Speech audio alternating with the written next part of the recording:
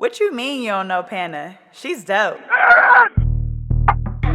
What you mean? What you mean? What you mean? What you mean?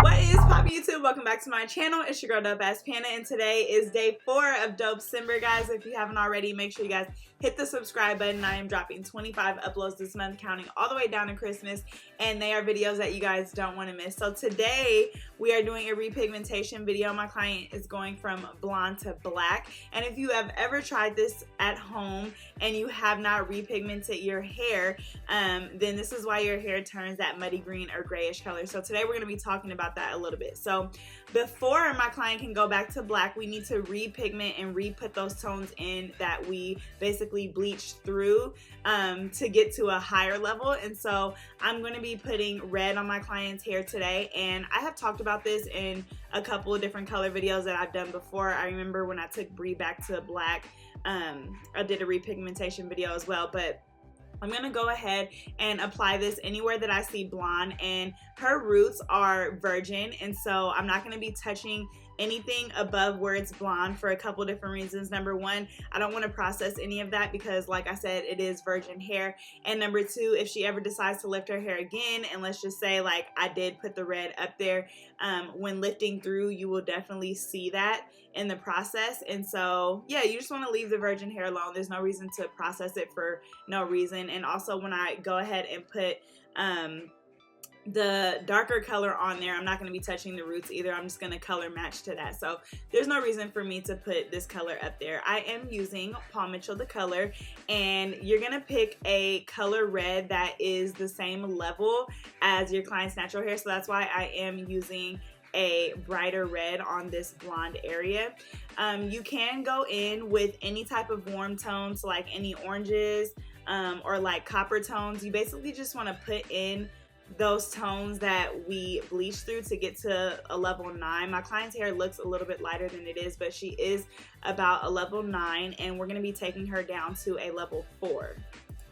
So this is my client's hair after I went ahead and rinsed that out, and I'm going to take my Mitchel the color swatches and I'm going to color match to her root color, and that's going to determine what I'm going to put on the ends of her hair. So I always just make my best professional guess, and then I go ahead and show it to my client, and we decide together what color she wants to do. So for this client, we decided to go in with a 4N, which is a dark brown, and the colors always turn out a little darker than they are on the swatches, so I just always try to keep that in mind. I just learned that from experience.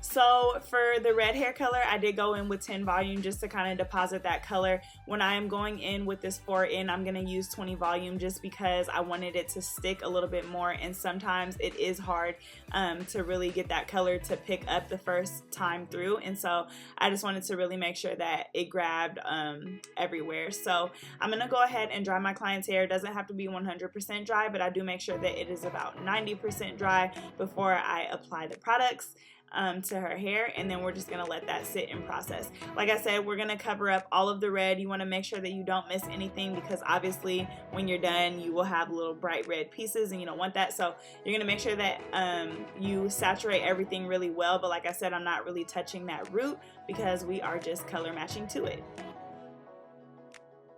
So I know a lot of people are thinking, what if I don't repigment, what will happen?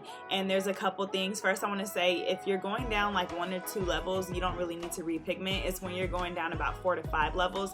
And in her case, since we're going from a level 9 to a level 4, then it was necessary to repigment. So if I didn't do this, there is a chance, number one, that the color will not pick up in a lot of spots, so it'll turn out really blotchy, and you don't want that.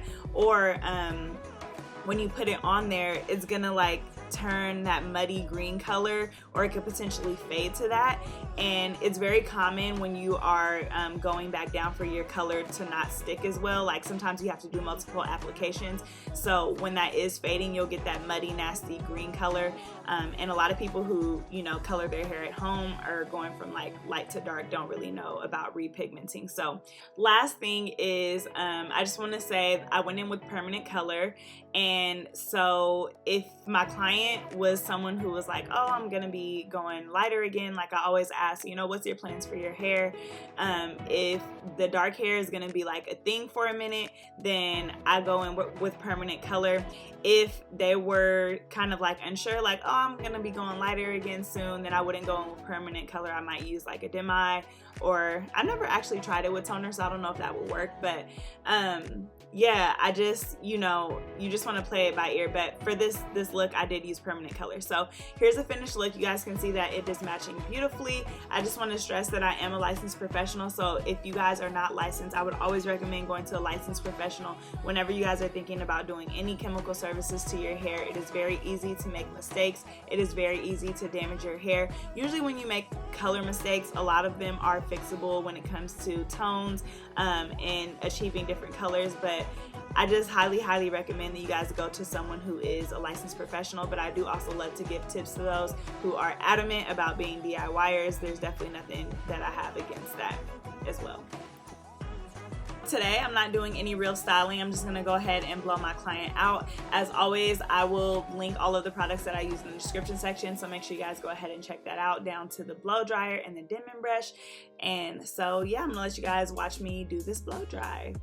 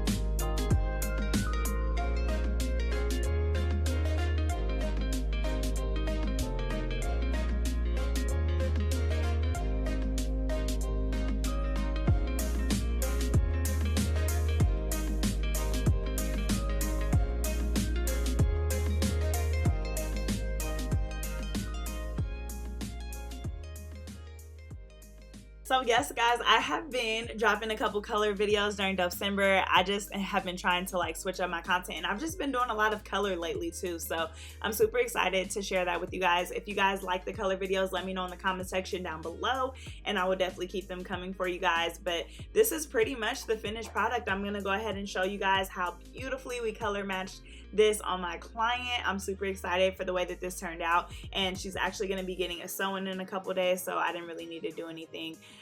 But yes, here we are with the finished look. As always, don't forget to like, comment, and subscribe to my channel, guys. Dopecember is literally just starting, so we still have about 21 more uploads, and I'm super excited to share all of this content with you guys. So make sure you guys subscribe to my channel, click that notification bell so you guys can be notified every single time I post. And as always, I will catch you guys in my next video. What you mean you don't know Pana? She's dope. What you mean? What you mean? What you mean? What you mean?